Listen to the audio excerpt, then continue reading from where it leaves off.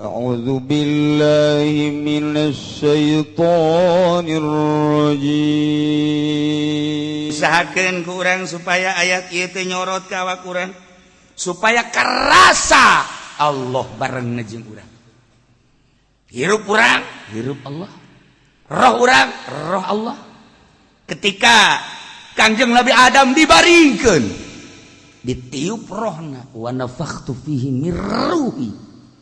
Lamun Kangjeng Nabi Adam ditiup ku Gusti Allah, make bahasa wa nafakhtu fihi mir ruhi, eta teh terus anak incuna ge termasuk urang.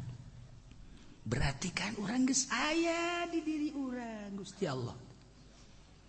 Tinggal nyingkab-nyingkabkeunana supaya karasa bahwa Allah bareng jeung urang.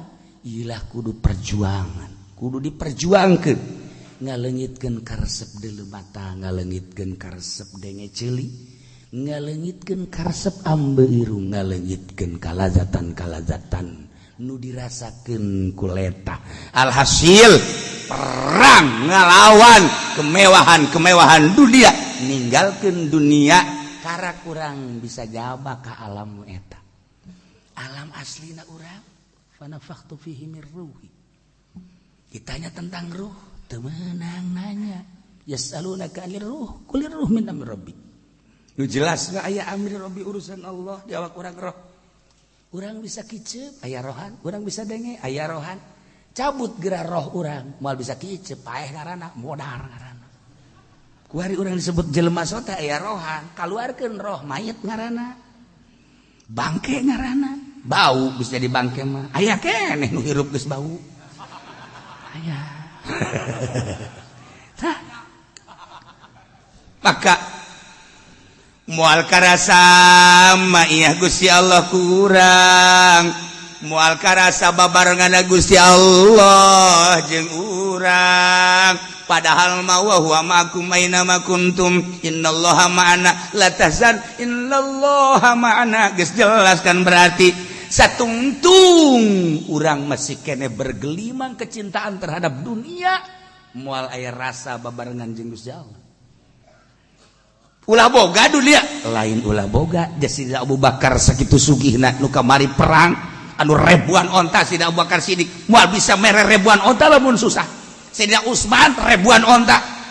Atuh kan sugih berarti, tapi anggapan di kolbu urang terhadap dunia ulah aya secuil-cuil acan sabakat tuluy beraca. Jeta macana hese kos kitu mah atuh aya elmuna. Boro-boro urusan kos kitu maca ge itu mondok mah moal bisa. Moal bisa tapi lamun mondok mah urang jadi nyaho. Oh ieu ngaran amil ieu makmul nyaho. Ya amil labzi, ya amil maknawi kan nyaho. Tuh, geus urang lamun nyaho. Lamun geus ngaji amil geus nyaho, ge ditanya di lembur, "Heuy, aya amil aya sabaraha?" Di lembur kula mah hiji jamil. Tuh kan. Sia mah aing nanya ka mana, jawaban ka mana. Tama amil tukang mandian modar sama. Oh, siapa teh? Masya Allah karim. Hebat. Innallaha ma'ana. Ya Allah ya Rabbi, tapi lamun urang geus miceunan dunia teng teng teng teng teng teng teng teng, urang asup dengan sendirina ka alam eta, katempo babarengan Gusti Allah karasa. Sakumaha jelema nu diangkat jadi wali-wali Allah, berjuang tanpa pamrih, paeh kajen sara Syekh Ja'far Siddiq lu aya di Semarang, nu kurang di Zarahan, dibawa teh bangke lah. Berjuang ngaluhurkeun agama Allah, gugur di medan laga.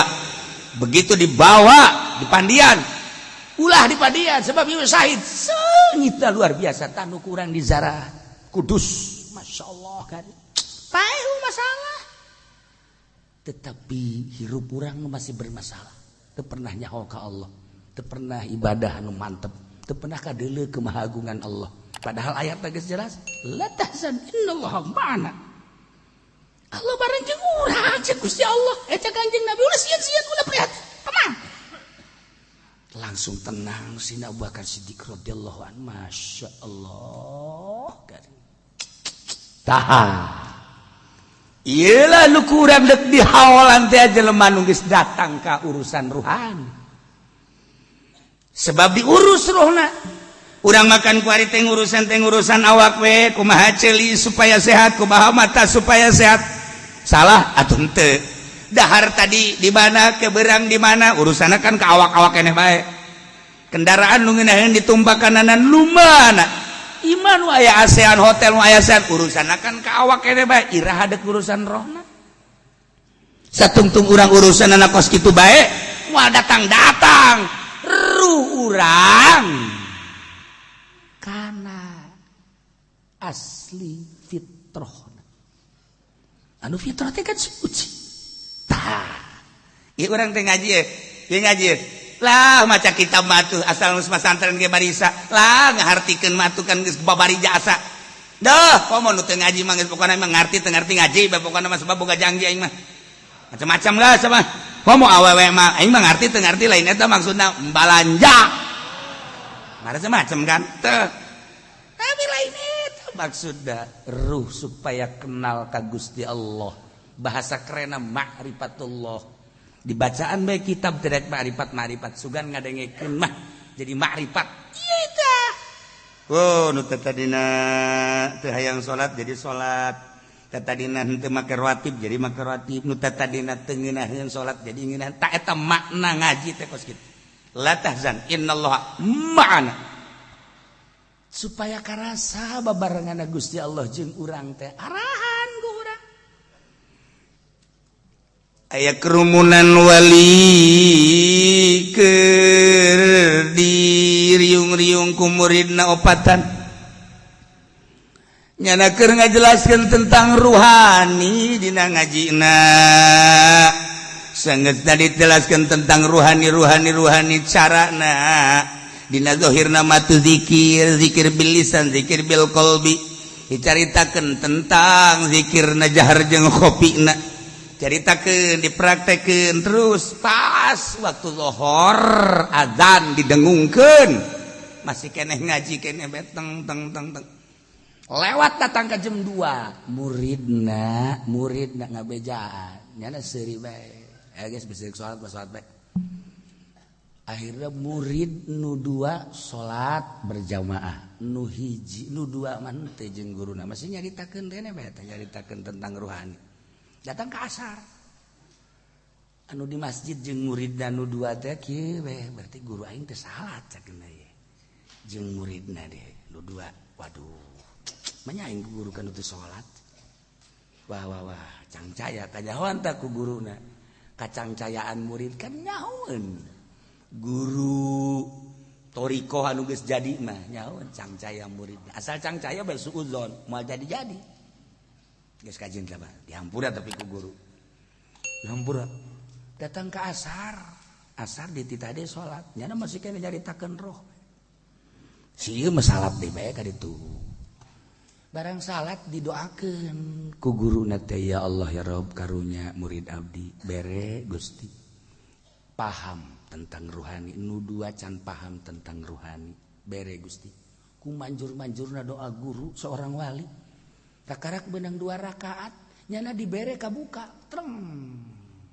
muka perasaan begitu muka nyana nyahuun ka hate-hate jelema nu keur salat hate-hate jelema anu di luar salat kunyana kabayang 2 baturan nyana nu 2an teh ya sanajan keur salat hatena teh lain ka Baitullah jeung deui jamaah kabeh dibere nyaho tah ku Gusti Allah bahwa ieu nu keur berjamaah teh hatena aya anu kakarung aya anu kakarimun aya anu ka motor beat aya anu sekupi anu jahe macam-macam ya cek jalan teh gila aing kos kitu tah di jero salat teh dibere nyaho barang nyana neuleuh ka guruna nu keur gaji bae terus bae di jero kolbuna aya Baitullah murid nu 2 na aya Baitullah ceurik nyana di dieu langsung beres salat minta hampura ka guruna langsung hampura tuan hampura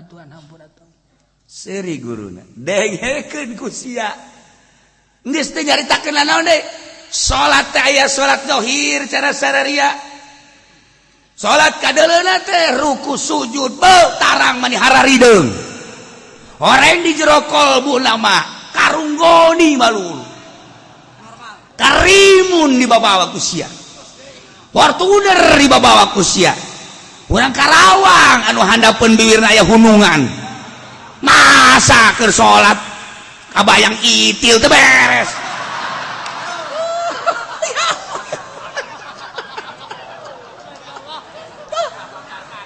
salat teh kudu zahiran wa batinan cak buru teh tah aing kadeleuna ku sia teh salat tapi aing nyaho sia diberen deuleu bahwa di hati aing aya Baitullahan tanyakeun coba ka masjid nu sejen coba tanyakeun aya aingan eueuh kegeraan benyana nanyakeun ka ditu hampura ahli masjid di masjid dia tadi aya nu salat tamu teh aya sak kiai masyaallah kadeleuna mah nyana teu salat magahan ngaji be horeng di masjid sejen mah salat mantak besing ke Haji Pendi kadali teh salat langsung rantai bae ngajnun ni mah majnun ya Allah ya Rabb nu mantak ruhani beberes heula langsung manehna nyarita mama hayang beres ruhani teh kumaha hiji ulah ngadahar duit ti pamarentah najis saya tuntung maneh ngadahar duit ti pamarentah moal dibuka hijab emang haram duit ti pamarentah ulah nyaritakeun haram halal sia aing guru ruhani nyaritakeun halal haram lain urusan ruhani fikih sama kos kitu mah ieu kan lain urusan fikih urusan kabuka ruhani ke dibahas di bahtul masail tah mah tama syariat tama kos kitu sia dek durut ka aing ulah ngadahar duit ti pamarentah kabuka gerah hijab sia satungtung aya duit ti pamarentahan masjid ngalaknat ka sia ketika sia dikasup ka masjid renungkeun ku sia susuci tina najis mah ku sia dikumbah susuci tina hadas mah ku sia geus diberesan tapi kunaon hate sia masih keneh aya duniaan tapi kunaon beuteung sia masih keneh aya duit pamarentahan dilaknat sia teu kudu ku Gusti Allah ku masjid sia dilaknat hampura mama kalau lain ka aing aing bangan rang-rangkeun doang sok sia lamun sia terus endek beneran sia ka Allahna ku aing moal ditutupkeun hate sia tapi lamun sia dek datang ka dieu doang aing ngadoa deui ka Gusti Allah aduh Gusti ulah mama bukakeun bae hati abdi bukakeun sing bener sia beat ti mimiti ayeuna ulah sok kadahar duit ti pamarentah kumaha ulah kumaha sia mah kumaha keneh bae lamun deuk balik deui urusan halal haram urusan apa iki bahas ku sia di majelis salim bahas ku sia tuh di pendopo bahas ku sia sadaekna ngadu dalil sia lain urusan ieu mah urusan ruhani hampura hampura segala sia guru ruhani leuwih galak tibatan panglima perang guru ruhani leuwih kejam daripada panglima perang panglima perang mah sakadar urusanana dunia guru ruhani urusanana nyalapkeun dunia jeung akhirat lain dirinya na bae jang umat kabehan urang mah ngadoa teh jang diri urang wali geus lain jang diri sorangan ya Allah ya Rabb salametkeun umat Gusti tina siksaan Gusti lain jang sorangan jadi tumbal Sayyidina Abu Bakar Siddiq tadi jadi tumbal abi heula ti heura abi ti payun Gusti Rasul besi aya orai besi aya maung besi aya macan besi aya hewan-hewan kalajengking kajen teuing abdi nu paeh ti heula tah eta ngaranna jang umat Gusti Rasul mah salametkeun ulah Gusti Rasul abdi mah kajen paeh ge sapira abdi ieu mah lain Pak batur dagang maju urang mundur bae teluh maneh asana kok lain kitu wali ya Allah ya Rabb majukeun batur kajen abdi mah keun bae abdi mah ya Allah ya Rabbi teu dibajukeun naon hartina dunia batur bae Gusti kos malah aya diakurkeun jeung anak goblok barenangan. Atuh perasaan sih diakurkeun jeung anak. Tolo atuh nya namanya anak bae. Nya mah emang kos kitu Majnun nya mah. Majnun Laila maksudna. La tazal illallah ma'ana. Geus atuh ieu teh jadi acuan para ahli thariqah. Ketika Sina Abu Bakar Siddiq radhiyallahu seperti eta luar biasa, masya Allah. Tidinja meras perasaan Sina Abu Bakar leng, dirina sorangan, wayangan Allah, innallaha ma'ana. Tembongkeun iman urang, yakin urang ke Allah, tembongkeun ulah siga nu mangmang. Jadi nu bebeja ka Kangjeng Nabi moal milu perang Tabuk saat eta jelema-jelema nu munafik dengan berbagai alasan-alasan anu teu mendasar munafik.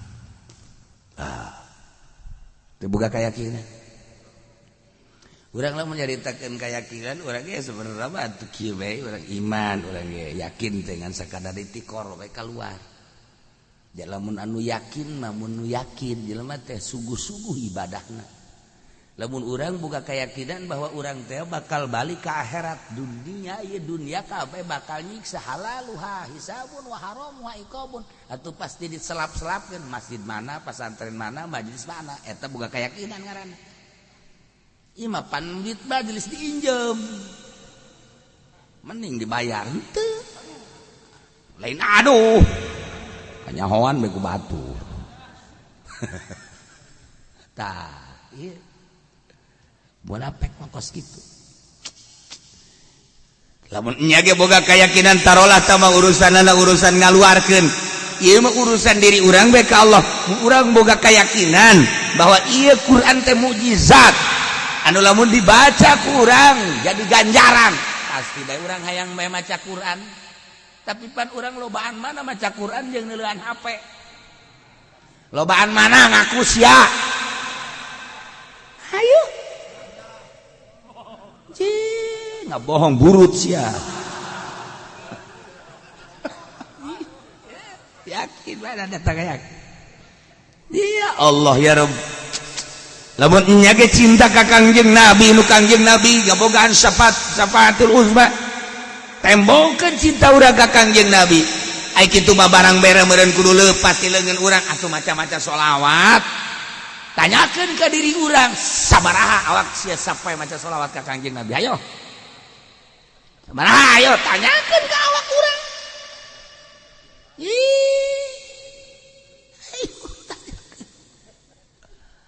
Dititah maca sholawat 11 bage bari leumpang. Ulah henteu teuing bae cakna. Henteu diuk di masjid teh kitu tah teu diuk di masjid. Allahumma sholli sholatan kamilatan wa sallim salaman taman ala sayyidina. Eta maca sholawat mah 2 ge geus cilak-cileuk bae. 2 jam nonton TV mah 2 jam, 3 jam. Masyaallah istiqomah. Heran aing mah heran. Nah, ieu keur carita keyakinan, berarti itu bukan keyakinan eta, tos kitu.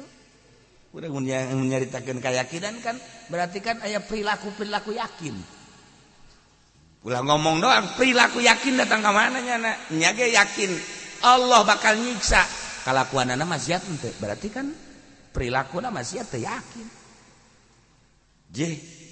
Lamun teu ngazakat bakal dibere Syujaul Aqra engke cak Kangjeng Nabi di jero kuburanana. Aju ku ari ngazakat teh perilakuna teu ngazakat, berarti kan teu boga keyakinan. Namun jelema ngridit berarti kan 2 akad, hiji barang 2 akad bakal engke bakal dikucuran timah ku Gusti Allah. Ye bakal dibodem ke di jero kuburan anak. Tapi masih ngridit kene bae berarti kan teu boga keyakinan.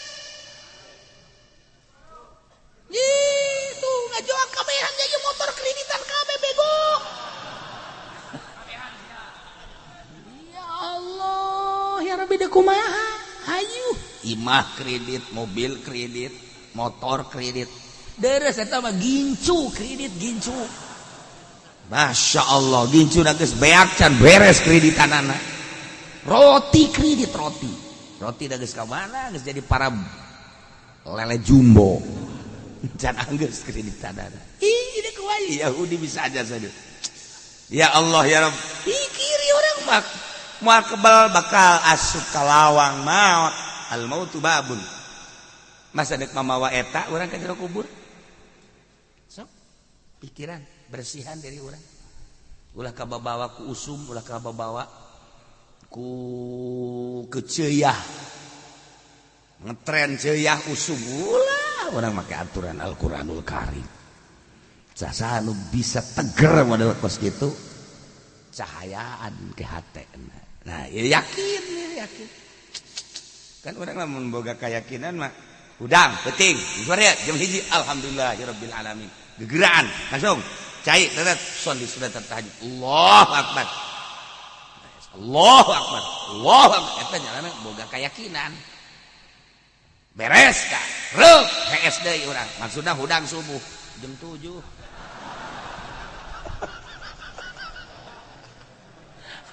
sak pamajikan anak ka ai keur penting gadege kukula Allahu akbar tahajud aju ai subuh jam 7 lalu omong sia usia diasupkeun ka grup deui aing bahaya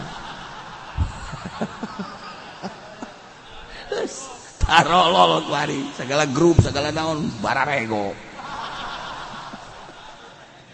Masya Allah teh ieu kumaha ayo boga keyakinan ya yakin atau yakin urang kadaanan cara yakin Abu Yazid al-Bistami mah emang kumaha keyakinan Abu Yazid al-Bistami mah geus moal katuturkeun ku urang Tuan Syekh Abdul Qadir keyakinanna kumaha ku yakin-yakinna kan bisa da Lauhil Mahfuz Abu Yazid al-Bistami lempang begitu lempang aya anjing di hari minggir ka sisi tinggal murid bae guru urang anjing makan mugolazo kok make minggir sagala teu arti mah kecuali domba himar tamara deres bae ieu makan anjing mah kudu ditimpa ya minggir biasa Masya Allah kan ditanya mama teu arti abdi mah aya naon ai mama tadi dengan jeung anjing kok mamang minggir bangun ngahormat biasa ke anjing gitu kunaon bisa bela anjing ya Allah anjing teh nanya ka aing mama bade ka mana mama diciptakeun jadi manusia jadi wali abdi diciptakeun jadi anjing nu dihukuman mugolazo tapi abdi teu eureun-eureun tetep bae mencintai ka mama ya Allah anjing bae mencintai ka wali anjing nu mantak moal daekeun ngegel anjing coba pendi jauh-jauh geus saya di rumah sakit ulah digegel anjing atuh tajak kurang anjing hei anjing sia kunaon ngegelnya na bongana macam-macam alasan anak anjing guys kamu Yazid kedaekeun abdi cinta Tuhan sugan be cenah di akhirat kula disalametkeun anjing kakarak muridna Masya Allah karim jeung anjing bae ngobrol patanya jeung anjing wali mah patanya ngobrol urang jeung jelema manyun bae deres lain kiai mah kiai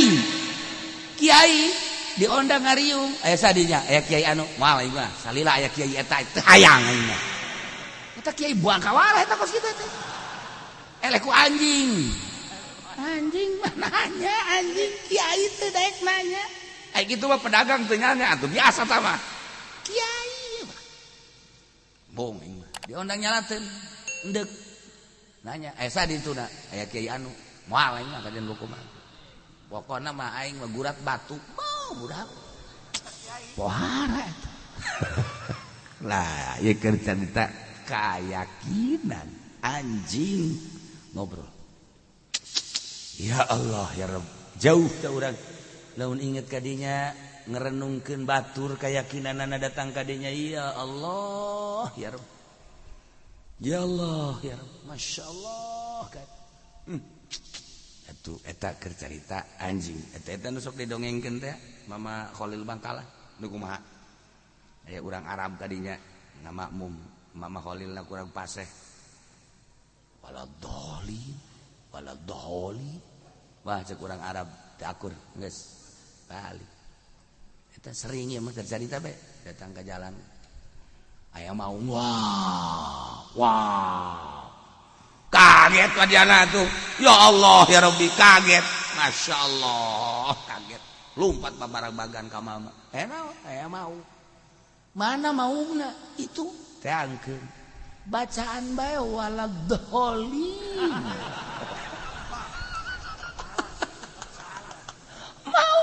indit bau Masya Allah eta wali eta nu kos kita babacaan salah nu nyara tadi mang-mang teh ya orenganan dibaca ku wali mah lain deui cok bismillah haji pendi nu sakitu maherna bismillahirrahmanirrahim tiupkan utak kanu nyeribeuteung paeh bisa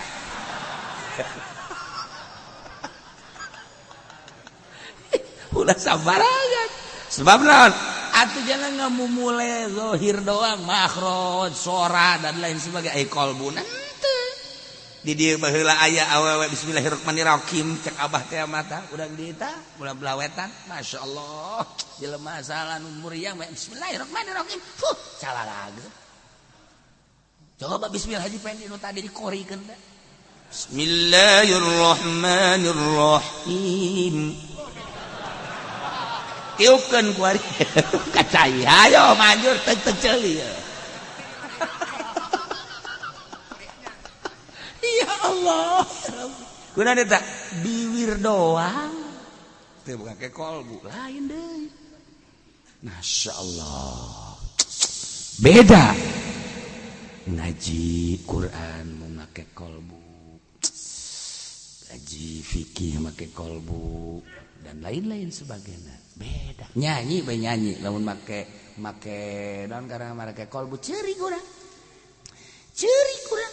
urang nyanyi bae ge nyanyi tapi urang make hate kebenaran urangna keur dipegatkeun ku kabogoh urang jadi urang keur frustasi aya nyanyianana moal aing mau nyanyi naon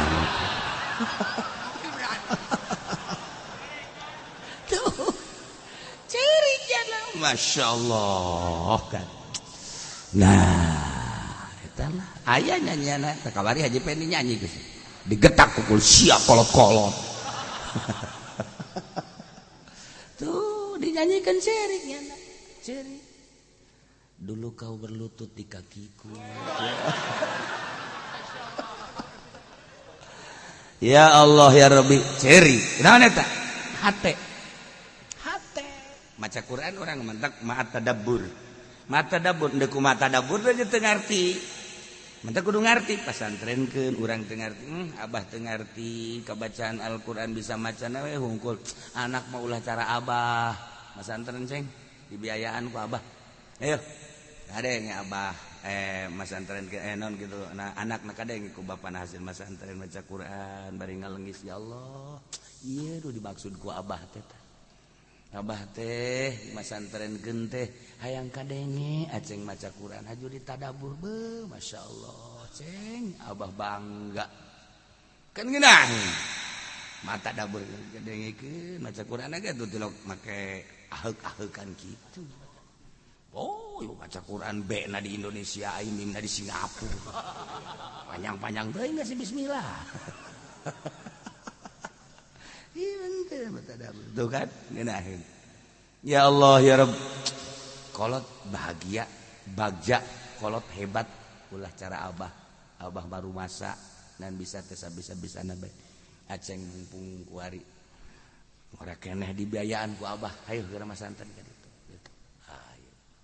ayo deui nu saurang hayu masantren ulah cara abah geus santrenna bareng mau ka uya aja abah lagi tuh bisa ngomong kumaha ayo geus atuh seragam burung sia jeung aing Nah ya, orenganan jelema munafik anu minta izin ka Kangjeng Nabi moal milu perang teh. Jelema nu teu iman ka Allah, teu iman ka yaumil akhir tur hatena pinuh ku kamangmangan. Anu walau aradulumul manehanana ngarepkeun al-khuruja berangkat maka babarengan jeung anjeun Muhammad. Andai kata anjeunna ngarepkeun kaluar ti negeri berangkat perang atuh niscaya la a'adu anjeunna mempersiapkeun persiapan perang. Alat perangna baheula mah panah, baheula mah pedang, bodem, di urang baheula dibaheula ya golok, ya pedang, bambu runcing baheula. Ayeuna kan zaman mutakhir geus teu berguna kos kitu teh. Ya digunakeun sebagian kecil. Karena itu mah perang make remote. Kapal lagi tidak berawak, kendalikeun di jauh.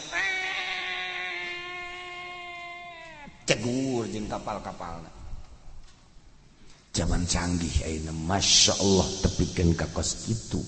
Allah nyiptakeun makhluk mere otak seperti eta. Geus hese jaritakeun ada di zaman ayeuna. Dikendalikeun anu ti jauh pake remote kuari. Masya Allah karim peperangan.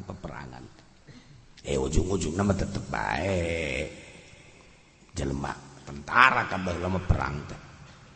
Baheula mah kan tentara perang aya medan. Ayeuna kan teu urang ningali di Irak masyarakat nu korban, ningali di Suriah masyarakat nu korban, Yaman masyarakat nu korban. Perang mah ya kos kitu lah. Aya geus waktuna mah teh kumaha deui? Eta mah putusan Allah, diembung-embung ya pasti terjadi baik. Kajen ku kumaha ge? Nu penting niat. Iji bae ngagungkeun Allah, agama Allah paeh syahid ya urang ira ge bakal paeh. Teh urang hayang boga keyakinan ka dinya teh hese, tetep bae mundur bae urang mah mundur. Walau aradul khuruj la'adu lahu 'uddah. Lamun manehanana memang ngarepkeun berangkat perang jeung anjeun Muhammad atuh niscaya maranehanana teh mempersiapkeun alat-alat perang jeung perbekalan. Tapi walakin karihallahum bi'atsahum, tetapi Gusti Allah nyieun embung Allah teu ngamaksud kana keberangkatan jelema-jelema tersebut. Alam yuridu khurujahu, atuh Allah pangeran fasabbatahum dingedulkeun diembungkeun ku Allah, dilemahkeun dileluskeun himahna, males hayang be berangkat ka medan laga. Batak nang Allah tah sehingga teh urang kuari ngagungkeun agama Allah teh melalui majelis taklim. Aju kuari dibere embung urang berangkat ngaji sehingga eta nang Allah nu mantak ku Allah diembungkeun deuk dicilakakeun berarti. Tinggal sakitu bae. Mentek kula pernah nanya ke almarhum Abah doa ya panjang tah nanya teh kesimpulanna mah jelema lamun deuk dibere panjang umur sok bae cak Abah teh maca Allahumma tawil umurana sahih ajsadana dan selanjutnya. Lamun aya jelema deuk dibere makrifat ka Allah dibere daek tah ngadoa Allah maftah futuhal arifin Allah maftah futuhal arifin. Lamun jelema deuk dibere teger keyakinanana dibere daek tah memeh subuh maca ya hayyu ya qayyum ya badi'as samawati. Pan urang nyaho man maca mah tilok pan. Geus sering tah dibere nyaho disurahkeun atuh tilok maca. Kok masih eta maca subuh lagi jam 7 na kumaha macana? Manya subuh jam 7 maca ya hayyu ya qayyum.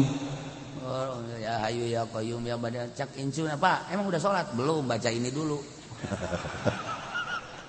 Cak incuna wah ini Bapak kolot ini mah orang kurang normal. Apa baca Yahya Qayyum tadi atau jam 3:30 jam 4 3:30 ya mah lain.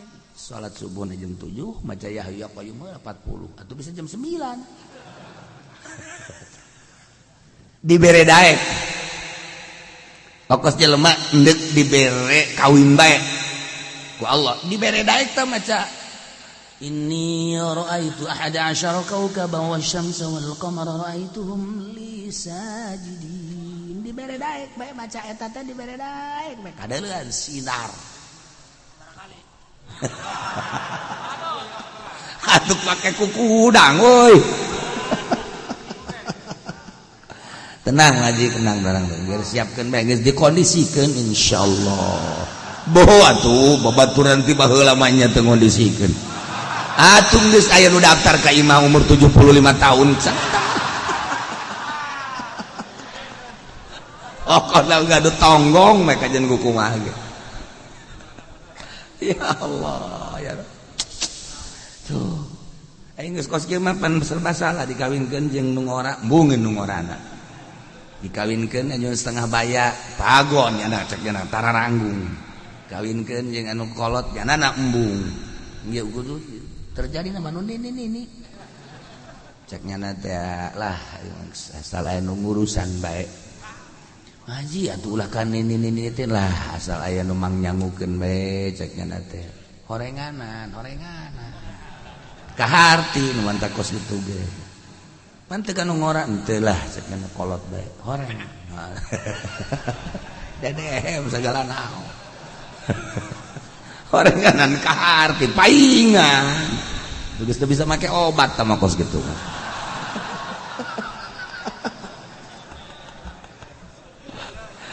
Ya Allah ya Rabb. Lamun manehanana siap perang bareng jeung anjeun Muhammad, niscaya mempersiapkan alat perang, perbekalan tetapi memang ku Gusti Allah tidak dikehendaki. Sehingga ku Gusti Allah dibere mumul gedul. Males. Hayang teh perang teh tuh urang ngaji kos kitu sarua teh dibere teh hayang we ngaji teh gorenganan berarti aya sesuatu di kalbu urang introspeksi geus sih hade masyaallah ieu mah lain muridna nu ngaji teh guruna dibere males heran ai muridna mah aya lah 10 20 murid teu daek guru teu daek ngajar jasa kunaon ieu si guru jadi kos kieu ieu masyaallah kadang-kadang geus nungguan murid diprekeun ku nyana gorenganan ngadahar duit Golkar masyaallah teu karasa tah ku kiai teh teu karasa dibere eueuh imah ngaji teh dengan alasan anulah gorenganan duit Golkar duit PDI duit macem-macem diasupkeun ka jero atuh teh mah orekoros ngaranna. Orekoros kan ngaringkuk bae mah, ngaringkuk bae tah. Mantap kiai aja udah lemah himahna. Teu karasa tah ku kiai teh. Di lemah teh aya naon di diri. Tah. Duit Golkar, duit PDI. Ih hadena cenah kula mah teh aya duit PKB WD atuh sama ge. Ya pada bae cenah mangkonon aduh cenah ieu mah teh ge ti Nasdem parah Nasdem komo ti Perindo mah geus tah mah masyaallah karim kekhawatiran teh kiai heran ulah wa seputar politik da ulah wa seputar dirina bae namun kurang dicaritakan seputar politik da kan urang aya kekhawatiran politik bahkan aduh ngeri lah orang menceritakan politik we ieu dibunuh bisa asupkeun ieu deuk kumaha politik bahkan jahat urang lamun seputar nu ayeuna bae aya kekhawatiran emang ente teh we geus dibaraca aduh Gusti Allah nu aya kekhawatiran politik ngaranna kos main catur taktik kumaha lamun dipersiapkeun Kristen mau dipersiap dan lain-lain sebagainya. Politik eta seperti kos gitu. Jauh geus da ulah wakalanan jang dirina bae mun di dahar duit eta efekna bakal kumaha diri aing. Tah kos gitu. Masyaallah.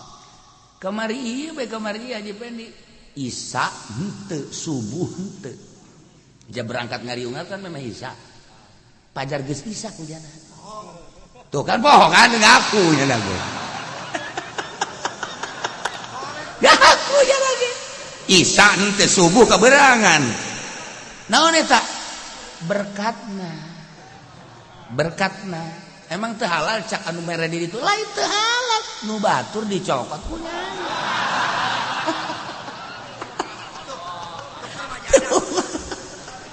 Lu kos gitu jadi paling berkat. Masya Allah. Efeknya teu isya teu subuh. Tuh. Emang aing teu nyaho.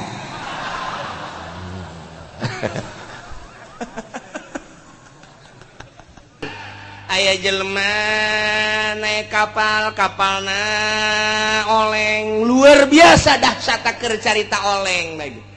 Diberitakeun ku nahodana bahwa kapal tidak akan selamat.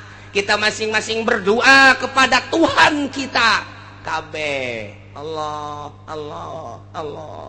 Di tengah lautan deuk minta tulung ka jelema kumaha?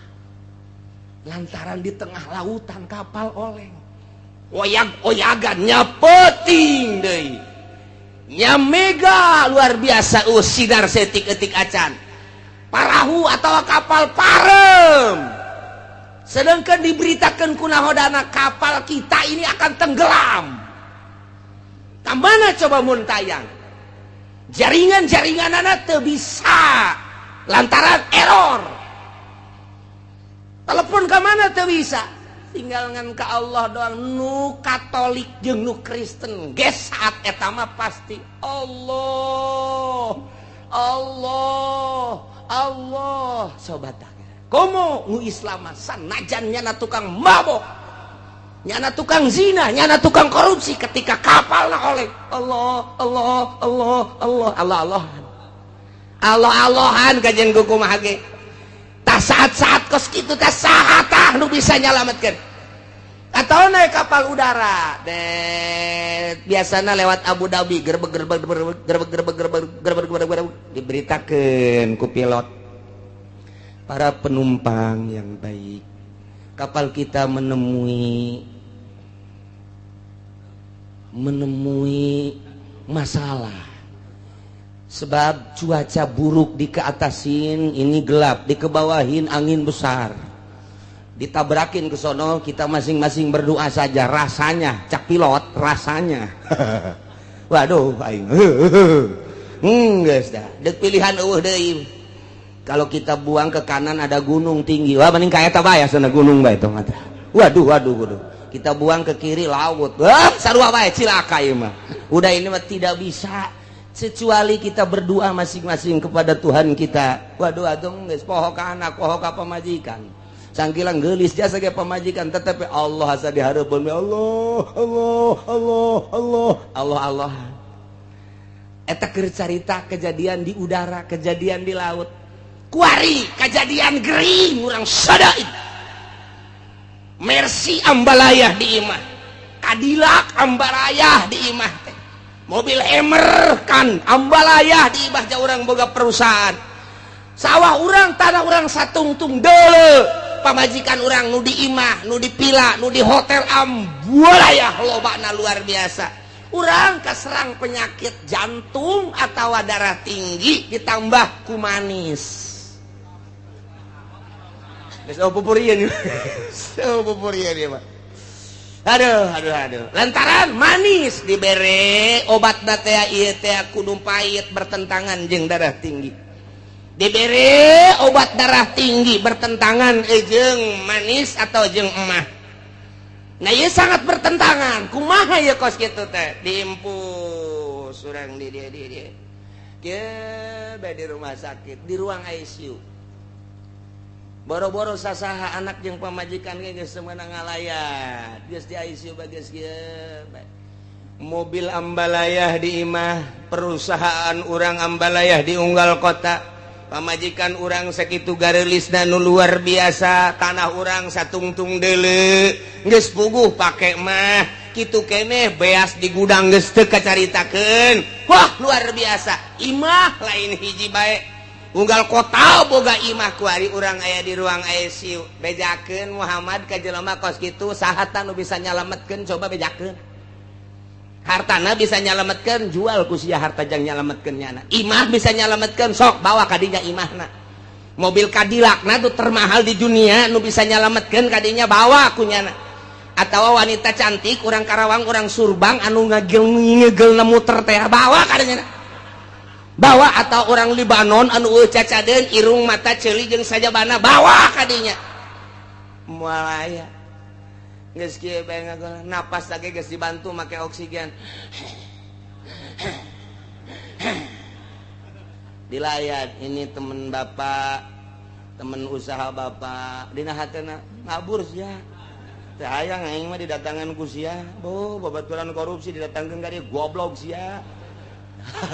Ini temen bapak pak, temen apa? Ini temen usaha bapak. Oh jangan, dina hate mah teu bisa ngomong dah. Inditkeun aing keur ka Allah sebenarnya. Tapi lamun datang ini santri mana ya? Santri nu datang ka bapak teh nu teluk ditanya nyana dek macakeun Yasin. Diuk didinya tadi. Hayangin saat eta mah tadi didatangan ku santri. Supaya kabantu-bantu nginget-nginget Allah. Aya laku santri mah geus kos kitu. Kumaha mah nyana teh amanat. Coba si santri teh kiai tita ka dieu kitu bang macakeun tah cai. Ji atuh keimanan mah jantung Allah. Nyana geus ge Allah teh inget ka mobil, teh inget ka imah, teh inget ka istana, teh inget ka jabatan, teh Allah. Bejakeun Muhammad. Saha nu bisa nyalametkeun saat-saat kritis modal kos kitu. Apakah nyala boga pikiran harta bakal nyalametkeun? Moal aya. Apakah nyana boga pikiran imah mewah gedung istana nu bakal nyalametkeun? Teu aya. Apakah manusia anu sering mengelilingi dirina nu bakal nyalametkeun? Teu aya. Malah gilaeun kanu kos kitu. Saha? Sebabnya nana tadaunahu tadarru'an wa khufiyah. Nyana saat eta mangadua ka Gusti Allah anu luar biasa DP na jeung sasamaran di jero hate. Bahasa sumut bage Allah-Allahan, bahasa hatena ge Allah-Allahan. Moal aya anu muntayang ka makhluk, moal aya anu muntayang ka harta, moal aya nu muntayang ka jabatan, moal aya nu muntayang ka tahta jeung kerajaan. Saat eta mah tadaunahu tadarru'an wa khufyah hiji Allah. Bejakeun Muhammad saha anu bisa moal aya nu bisa nulungan jeung nyalametkeun kabeh ge. Saat urang keur kena musibah di kapal, saat urang kena musibah di udara, saat urang kena musibah ragag misalnya ti luhur gunung, moal inget kana naon? Urang naik gunung, mendaki gunung ke tebing tek di luhur, kemudian raga kehandap moal inget kana naon. Allah brek modar sia. Saha nu bisa nyalametkeun saat eta? Dadung tinggal dadung, jelema tinggal jelema, moal aya nu bisa nyalametkeun. Tah. Urang teh dititah teh saat-saat keur henteu kakenaan musibah. Saat-saat keur teka kenaan ku syadaid gering misalnya kudu nol seperti eta. Nu mantak waliullah teh bisa nolkeun seperti jelema-jelema nu kekenaan ku dahsyatna panyakit nol nya pikiranana. Ta urang teh supaya nol teh sanajan urang kadeleuna bergelimang dunia, sanajan urang kakenaan teh kitu keur sehat, tapi hate urang nol. Tah cara etalah ahli torikoh mere ka manusia guru mursyid supaya di jero hate teh ulah aya harta, supaya di jero hate teh ulah aya makhluk, supaya di jero hate ulah aya nafsu. Dinolkeun sakumaha urang keur kakenaan musibah sangat kritis. Tah waliullah mah bisa dimimitian ku hudang peting kemudian zikir ka Gusti Allah sapoe sapeting dua peting sebulan setahun mulai dengan cara tersendiri tertentu meunang ngabimbing guru mursyid mulai cuek lalaunan ka makhluk mulai ka dunia terus kabelah dieuna biasa-biasa bae dinolkeun padahal awakna sehat padahal teu kakenaan ku dahsyatna musibah tapi di dirina geus nol seakan-akan kos kakenaan musibah. Nah etalah waliullah teh kos kitu padahal sehat awakna hatena eueuh deui nu bisa nulungan iwal ti Gusti Allah aing mah mun tayang ka Gusti Allah ngaaplikasikeun iyyaka na'budu wa iyyaka nasta'in ka Gusti wungkul abdi ibadah jeung ka Gusti wungkul abdi nyuhun pitulung eueuh ka sasaha sugan ka makhluk henteu sugan ka dunia henteu sugan ka jabatan henteu sugan ka jin henteu sugan ka jurig neo-neo henteu sugan ka batu combong teh henteu sugan ka batu anti tembak sapira batu pake nyeun imah habak hiji be Allah tadarru awakufyah tah kos kitu tawali teh perbandingkeun gue bisakeun urang kitu urang mah aya bisa geus gagoler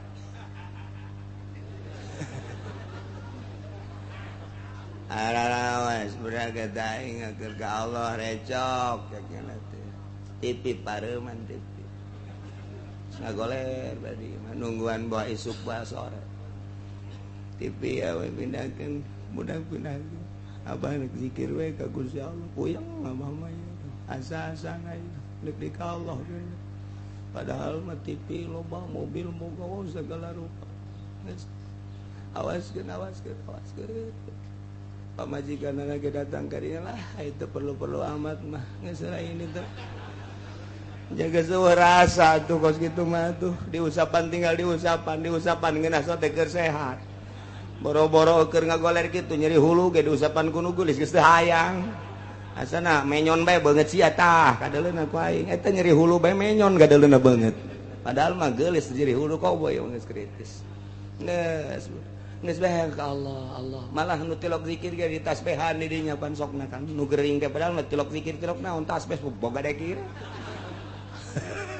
ceknya nama tasbih meureun bisa nulungan henteu tasbih mah itu dipake mah tu tasbih tinggal tasbih bisa dibabeteun ku jurig bisa tasbih mah tu dipake Allah napas kaluhur Allah geus eueuh sebab kanyeri geus luar biasa geus lain hayang sosonoan jeung awewe geus lain hayang leurempangan make mobil mewah geus lain hayang barang dahar makanan menu anu lazat lain ieu mah hayang nangis kapanggih jeung Allah bae lain hayangan asa geus dihareupeun we Allah saha anu bisa moal aya badak urang kuari ngaji teh tah supaya urang bisa pasrah kadanan kuari bisa pasrah matu engke-engke saat urang kritis ji ja urang ge bakal modar sarua bae je emang parang sana kumaha meureun sakjana mah masih kene SMS-an kana tolol teu budak mun bisa mah kuari mun teu bisa engke saat urang ngagoler Muhammad bejakeun saat anu bisa nyalametkeun moal bisa kulantaran atuh anakna ieu tanggap terus diobatan rada bray cager rada deres puyeng rada tanaga rada aya ceng remote mana sial teh urang Cikupa geloblon remote naon ki remote TV mana remote TV emang lagi deket TV kesel abah TV kadekeun nu gede TV na setel seserian tolol menikmati kamara kakara kamari saminggu ka tukang ngawaskeun TV garieung jangan awas kuari barang leungit TV remote na mana mun aing jadi incuna di talian gua aing jelema teh kos itu percis eta teh lain batur sia ya Karim ieu urang kasinggung ku Quran ieu masyaallah pohara jasa ieu Allah teh kos kitu tang ngabejakeun ka urang percis ya Allah ya Rabbi bejakeun Muhammad saat di lautan saat anu bisa ngabebaskeun jeung nyalametkeun di saat udara di udara kakenaan musibah saha anu bisa nyalametkeun di saat nyana kena penyakit anu sangat kritis mun tayang ka saha bejakeun coba di saat recokna kaayaan budaya politik ekonomi riweuh saha anu bisa nyalametkeun bejakeun ka ahli Mekah kul bejakeun Muhammad ka ahli Mekah eta mah moal bisa aya anu nyalametkeun anu tadi manehanana ngomong waktu keur kakenaan ku musibah mah ngomong teh bari ngadoa ka Gusti Allah la in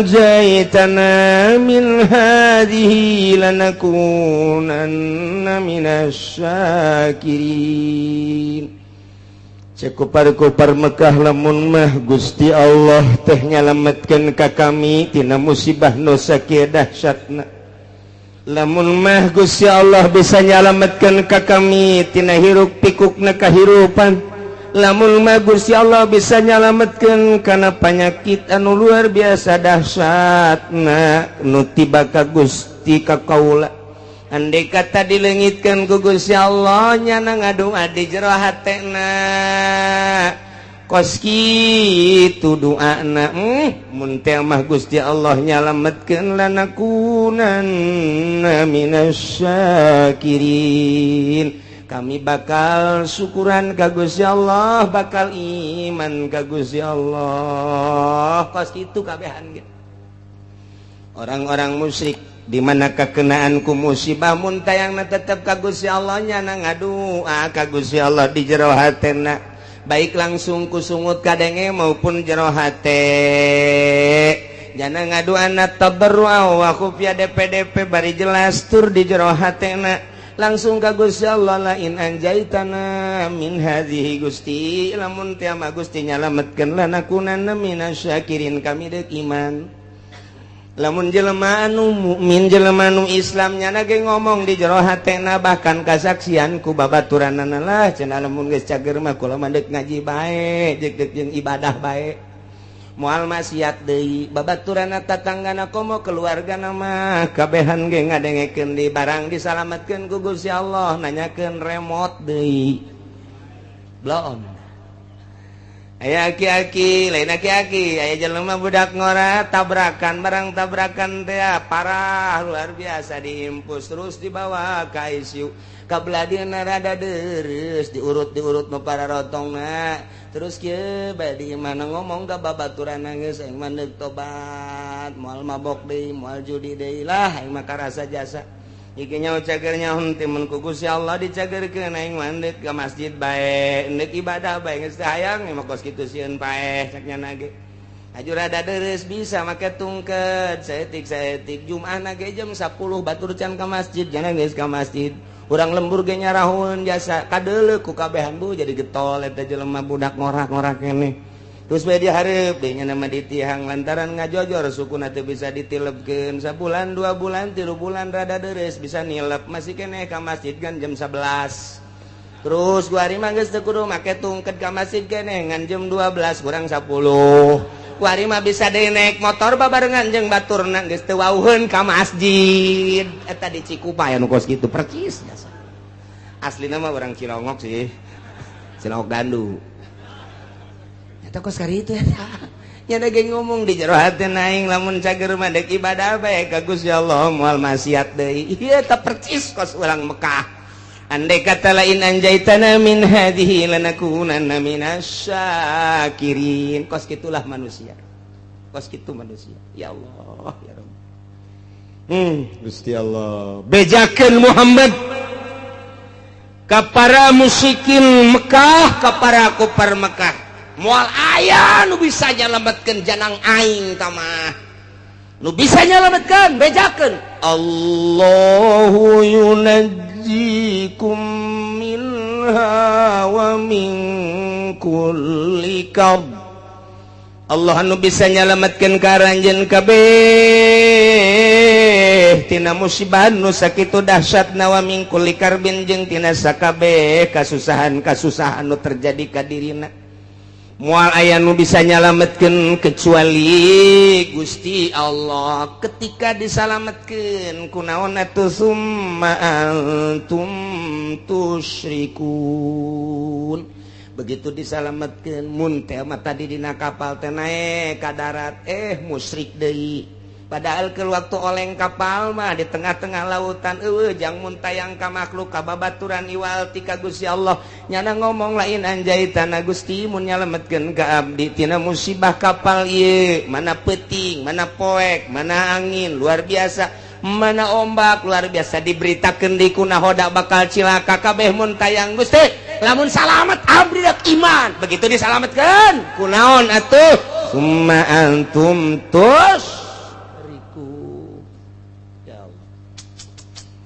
ilah kabehan ge kos karar itu tah eta keur carita anu musik nu iman kitu keneh jero kapal teh kos kitu bae Gusti abdi mandek ibadah bae ka Gusti lamun teh mah ku Gusti disalametkeun geus moal maksiat lantaran payah geus asa dihareupeun mata bae oyak-oyagan kapal teh geus luar biasa geus deui pake kaingat hiji we Allah napas kaluhur kahandap Allah disalametkeun ku ari ku Gusti Allah datang ka anggar datang ka pantai biasa salamet seserian deui endahan ngan sakadar dongeng doang nu tadina nyana ngomong di jero hatena Gusti lain anjaitana lamun Gusti nyalametkeun abdi mah rek ibadah begitu datang deui ka darat nonton TV deui percis kos karar itu Masya Allah kari ieu kadeuleu ku mata urang kanyahoan jasa boh tatangga boh babaturan ulah waka ka tatangga ka babaturan diri urang heula kitu pisan diri urang pernah janji baheula Gusti pedagang blok nyieun imah 2 tingkat pagerna luhur jasa teka dilian ku batu mobil salin ganti pakaian burulang bereleng luar biasa dahar sakung maha kahayang nyana luar biasa maju usahana blek melian tanah dibere gering jual tanah nu itu gering terus keneh bae mobil jual tinggal imah doang jual imah ge ya aya istilah lah harta mah tatalang raga jual kabeh anak lagi bah jual bae bah lah nu penting abah cager tanah nu nang melian bea mobil menang melian bea kabeh perusahaan ge ambruk tinggal imahna nu pagerna luhur teh 2 tingkat jual ku ari meuli nu sederhana gering can cager keneh bahkan leuwih kritis di jero antena Gusti lain anjaitan lamun Gusti nyageurkeun ka abdi Gusti abdi malah deuk tobat moal ceroboh cara kamari karasa jasa ku abdi mabok abdi zina abong-abong loba ka fakir miskin ka yatim abdi teh henteu ngalingseuh tatangga abdi ge geus sebodo konon ka abdi bongan abdi mah deuk tobat Gusti andai kata ku Gusti abdi dicageurkeun aju Gusti ngangkatkeun deui kana perusahaan abdi sakumaha biasa deui geus abdi mandek 180 derajat hirup abdi teh deuk ibadah ka Gusti abdi rek peduli kana zakat rek peduli ka fakir miskin ka yatim piatu tatangga abdi ku abdi lah hendek disumbang bae geus abdi mah hayang geus kitu bae Gusti cageurkeun Gusti blak bisa deui dieu bae ngobrol jeung keluargana abah rada cager abah alhamdulillah geura doakeun bae ku kabehan abah nu kusaha deui geus cager mah lah kan abah mah enan mah deuk ngitung-ngitung zakat fakir miskin segala rupa lah deuk moal cara bah atuh didoakeun ku kabehan ayo geus ku ari geus rada sehat-sehat mulai engkeut-engkeut dagang deui mulai awal-awal mah bager hitung Gusti zakatna ya sabaraha can loba ieu pantoma hitung zakatna sok tatangga bagikeun rapi bagi gede poho deui kuari asupkan nelayan deui di Jati jeung lurah-lurah asup deui ku ari kabarbar, asup deui ku ari ansub deui, tah eta kamari mah lain anjay tanah. Gusti lamun nyageurkeun ka abdi lanakunana minasyakin abdi deuk ibadah ka Gusti. Tapi kunaon begitu dicageurkeun janjana ge nyaho nu nyageurkeun teh Gusti Allah. Summa antum tusyrikun. Endahan ambalayah deui lain saeutik teh di lemur urang nu kos kitu kanyahoan kasaksian ku urang teh ambalayah hampir 99,9% kitu jasa. Ya Allah. Bejakeun Muhammad qul huwal qadiru ala an yab'atsa 'alaikum 'adzaban min fawqikum aw min tahti arjulikum aw yalbisakum syi'an wa yudhiqa ba'dakum ba'sa ba'd. Muhammad bejakeun ka para kafir-kafir Mekah lamun terus bae musyrik ka aing teu percaya kana ajakan anjeun teu iman kana ajakan aing cak Gusti Allah bakal nurunkeun siksa 4 perkara supaya katembong ku balerea kakawasaan aing ka maha dahsyatan aing ka maha sagala-galaan aing lantarannya mempermainkan ka aing kamari ngadoa ka aing ku ari musyrik ka aing kamari minta ka aing ku ari minta ka jabatan kamari DPDP ka aing ku ari DPDP ka manusia ka makhluk ka batu ka kayu kan eta teh mempermainkan aing bejakeun Muhammad hayang dauleuh ka karawasaan aing bakal nurunkeun 4 siksa. Ya Allah. Qul bejakeun Muhammad wal qadiru ala ayyab'atsa 'alaikum 'adaban. Aing maha kawasa, aing maha sagala-gala cak Gusti Allah. Lamun kitu bae petana aing bakal nurunkeun ka makhluk khusus ka urang Mekah umumna ka saha bae siksa 4 perkara. Ya kan? Hiji azaban min fauqikum siksa betimbul ti luhur. Bentukna engke aya hujan teu eureun-eureun nyepoe hujan banjir ka buah wacaa siksa ku aing atawa hujan batu cara ashabul fil di batuan atau hujan es buah deh datang ke buah rarusak atau poek teureun kilat sing jeleger ditambah deui ku geladeg sing jeleger datang ka teu daya teu upaya siksa ti aing min paukikum aw min arjulikun atawa kahandap dihandap timbulna ieu dihandap timbulna mimiti ku aing teh dioyag-oyag lini bae lini doang aing mah sok geurah hayang nyaho bongan teu iman ka aing bongan teu nurut ka aing teu iman ka ajakan anjeun Muhammad tah ieu ku aing dioyag-oyag ha saeutik doang dibere ku aing 6,5 hek nah kulantaran tertek bae rada digedekeun ku aing digoyangkeun doang ku aing bumi engke ge lamun Oma Irama jadi presiden asana bumi goyang ke kajen kumaha ge aya arah acak-acakan budak isi nagara deuk dikumahakeun tapi ceuk lama lamun Oma Irama jadi presiden bakal pertama santai ngeunaheun ke beres santai lari pagi ke kajen luar Masya Allah mantap luar biasa iya kari aduh kan ujung-ujungnya kiamat teu bareres budak ya Allah serius ya langsung ngerti aduh ya Allah ya Rabbi iya ya siksa tadi ti luhur geus bejakeun Muhammad nomor kadua lamun teu percaya bae teu iman ka aing cadap mimiti lini kedua masih keneh iman keneh ka aing gempa ku aing rusak para rotong para risek jelebana siksa ti aing mun masih keneh bae amblas ka jero deuleu di padang datang ka kuari teu puguh kuburanana diambleskeun ku aing sabarebu kejadian padang teh dibalikeun bae ku Gusti Allah kadeuleu nama gunung ret nimpah imah sabaraha ribu manusia nu kuari teu disolateun teu dipandian siksa ti aing atau tsunami model Aceh sia 200.000 manusia orang Indonesia sekaligus ya tambah jeung orang-orang luar tsunami luar biasa tambah ku aing encan inget keneh bae ka aing tambah ku aing tuh tsunami di Ciamis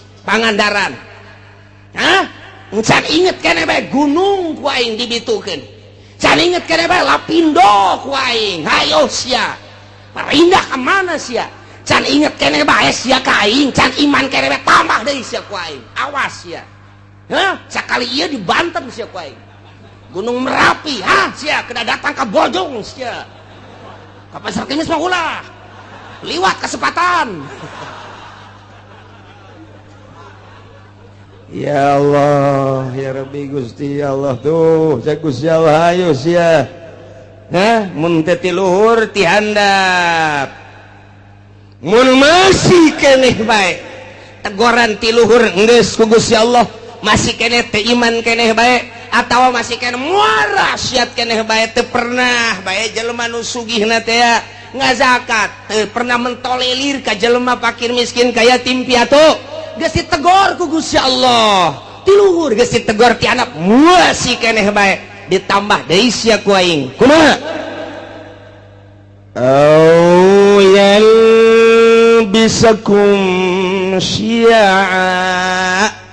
aing nyampur adukeun kana berbagai golong-golongan anu berbeda-beda kahayangna nu bakal ngajadikeun bibit daripada permusuhan mimiti nyeun organisasi ieu lantaran aya nu deui nu boga kahayang nyieun deui organisasi ieu aya deui nu boga kahayang nyieun deui organisasi ieu aya deui nu boga kahayang nyieun deui perkumpulan ieu aya deui nu boga kahayang deui nyieun deui perkumpulan antara organisasi teh eta teh teu alalakurna mulai dirinya bibitna kalaluar haju bae silih omong haju bae silih tengkas mulai tidinya teh silih geles tak teu eureun atawa parpo padahal mah jang ngabangun bangsa jeung nagara tapi kulantaran beda-beda kahayangna ieu hayang di satu sisi hayang ngaberesan nagara di satu sisi deui mah hayang nyokot danana doang lantaran gede ti nagara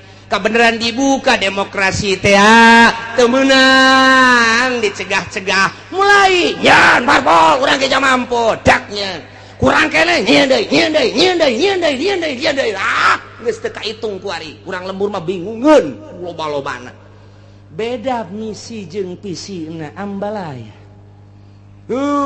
zaman baheula urang inget aya Golkar aya P3 aya PDI ribut kiai jeung kiai silih omongkeun ribut politisi jeung politisi silih gele nu korban ge luar biasa loba jasa satu sisi kiai memperjuangkeun negara melalui P3 jara rasaan dirinya teh aya misi keislaman atuh dakwah panggung teh luar biasa satu sisi pamarentahna asa tinggalin ku kiai eta teh di Golkar nyeun huru hara aya tembak masal derege ilah syi'a sok eta di dalam negara kuari luar biasa loba anak koskaran itu timbul organisasi-organisasi di mimitian timbul organisasi teh Muhammadiyah naik deui ka NU beda visi jeung misina lantaran itu mah Wahabi ieu mah ahli sunnah naik deui timbul deui aya Islam Jamaah diorganisasikeun deui aya Islam LDI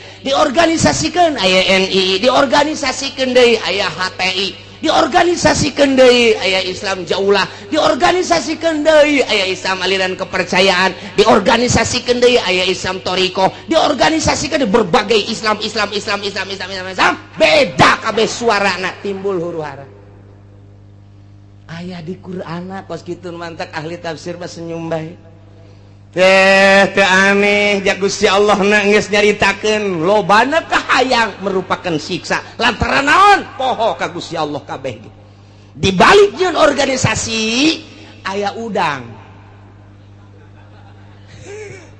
iya aya udang di balik batu tah eta mah kos kitu tah nah nu mentek nyen organisasi sok geura desek komo dek aya kepentingan negara bisaan jasa Soeharto mah buat organisasi Pancasila buat KNPI buat organisasi tek-tek jeung bengekna dijieun supaya ngadukung ka ditu anu henteu milu kadinya sok deula tumpas kot kitulah kaayaanana kiai pisah antara Kiai Golkar jeung Kiai P3 jeung Kiai PDI kuari teh dimodernkeun Kiai modern jeung Kiai Salap ribut luar biasa Kiai Salap jeung Kiai Salap ribut tuh ieu teh geus aya ieu teh merupakan siksa lantaran kabeh teu ka Allah ieulah siksa ti Gusti Allah ausiaan awyal bisakum syi'a teu karaha sakurang toel ku urang kiai eta tuh aing sarua ka Allah aing ngaji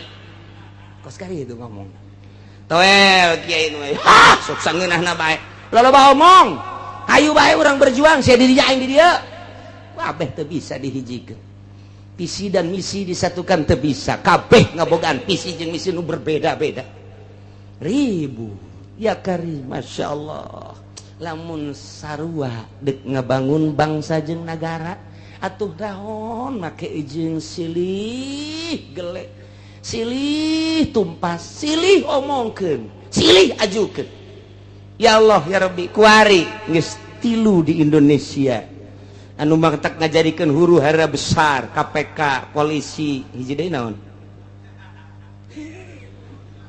ayo coba sia kuari geus jadi 3 ngakar tek geus masyaallah geus teu bisa naon kitu ngaranna harmonis kuari teh geus dihandapna geus siap dek perang kuari abri geus kabagi 3 pihak ieu pihak itu pihak ieu geus kos kitu di Indonesia lantaran boga kahayang pancenah ieu teh nagara urang pancenah ku urang dibangun danana kan ti masyarakat kunaon atuh kuari teh kos kararitu polisi geus teu percaya ka KPK KPK geus teu percaya ka kitu yudikatif geus teu percaya deui ka legislatif geus teu percaya deui ka eksekutif main silih salahkeun DPR kuari nyalahkeun polisi polisi kuari nyalahkeun KPK KPK terus bae nyalahkeun DPR nyalahkeun polisi nyalahkeun KPK di BPK ngajukeun berpermasalahan supaya tetap diangkat eksekutifna kuari kasienan berontak melalui yudikatif ieu negara urang deuk kumaha coba pikir cenah deuk ngaberesan masyarakat nyanana beresaneun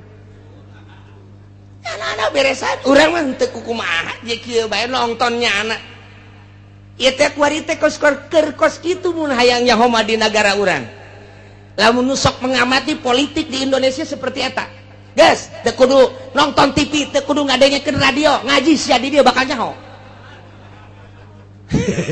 Saya kiai nyaho ti mana? Aing mah susuganan. Bukan aing mah susuganan kos kitu bae lah pokona mah. Lamun aing salah, deleukeun. Je, nu mantak sakieu deui bakal ditangkep. Kaje nu di luar mah ulah geuna nyaho.